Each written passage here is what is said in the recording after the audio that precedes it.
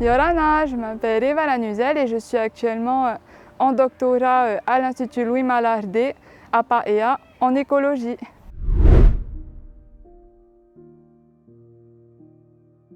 Je travaille plus précisément sur la dynamique spatiale des moustiques et je cherche à savoir exactement où est-ce qu'il y a beaucoup de moustiques et quels sont les paramètres qui vont l'expliquer. Allez, venez avec moi, je vais vous montrer exactement ce que je fais.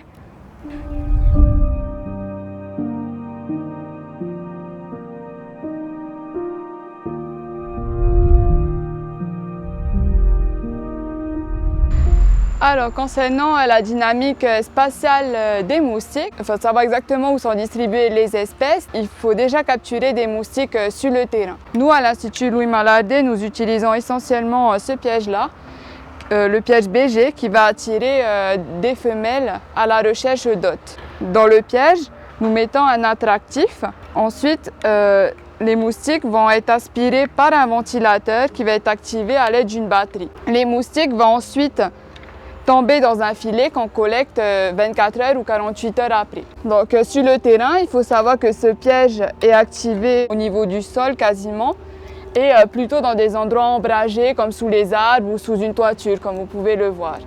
En plus de capturer simplement les moustiques, il faut aussi, pour ce travail-là, vraiment géoréférencer la position du piège pour pouvoir ensuite savoir exactement où sont localiser les moustiques qu'on va capturer. Donc pour cela, j'utilise une tablette avec une application. Donc maintenant que nous avons collecté les moustiques, je vais vous montrer comment les identifier. Pour ça, je dois retourner au labo. Allez, venez avec moi. Alors maintenant, je vais vous présenter les trois principales espèces présentes en Polynésie française. Il faut savoir qu'il y en a 15 au total, mais voici les trois principales. Donc, nous les identifions par rapport aux écailles qui sont présentes sur les moustiques. Donc, tout d'abord, la première espèce, Aedes polynésiensis, qui est une espèce plutôt rurale. Cette espèce va être reconnaissable par la présence de croissants, ici avec des écailles en croissant, comme vous pouvez voir ici.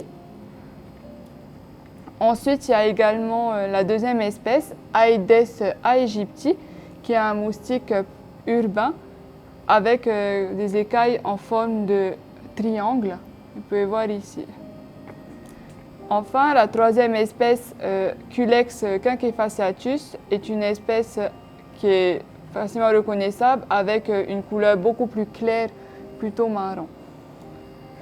Il faut savoir que ces trois espèces ne vont pas transmettre les mêmes maladies. Comme je l'ai dit précédemment, alors Aedes polynésiensis va transmettre principalement la filariose lymphatique en Polynésie française, alors qu'Aedes aegypti, lui, va transmettre principalement les arboviroses, donc dengue, zika et chikungunya. Culex quinquefasciatus peut potentiellement transmettre des maladies, mais ne pose pas de réels problèmes de santé publique pour le moment. En plus de différencier les moustiques par espèce, nous les distinguons aussi par genre, donc mâles et femelles. Donc, comme vous pouvez le voir, les mâles ont des antennes toutes poilues, on peut voir ici, et au bout de l'abdomen, des tout petits crochets qu'on ne distingue pas forcément bien, mais en tout petit. Alors que les femelles, elles, vont avoir des antennes avec très peu poilues, comme vous pouvez le voir ici. Et au bout de l'abdomen, c'est assez large ici. Maintenant que je vous ai montré comment identifier les moustiques par genre et espèce, je vais maintenant vous montrer le type de carte que je peux réaliser. Allez, venez avec moi. Le but final va être de réaliser des cartes. Donc, pour le moment, nous travaillons sur 3 sites, donc à Papeete, Paea et Mataya.